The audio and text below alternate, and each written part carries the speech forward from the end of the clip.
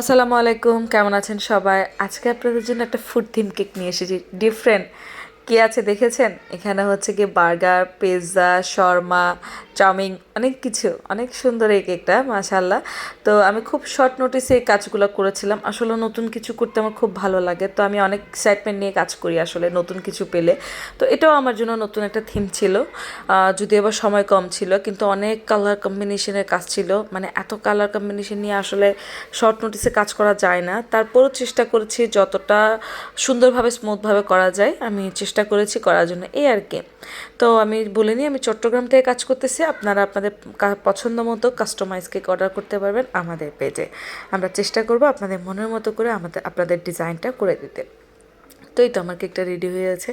French ফ্রাইগুলো আমি প্রথমে পেছনে দিয়ে দিই, পরে দিয়ে দেখা যায় মানে এটা কেকের মধ্যে তেমনটা ভালো লাগতেছে না, মানে দেখতে কেমন জানি বোঝা যাচ্ছে না, খুব পেছন সাইড পড়ে গেছে।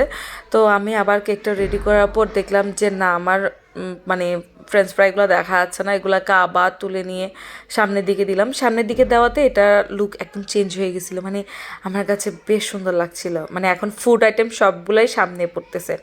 তো এই তো সবগুলো সামনে এনে দিয়ে একটু পেছনে একটু সেট আপ করে দিলাম।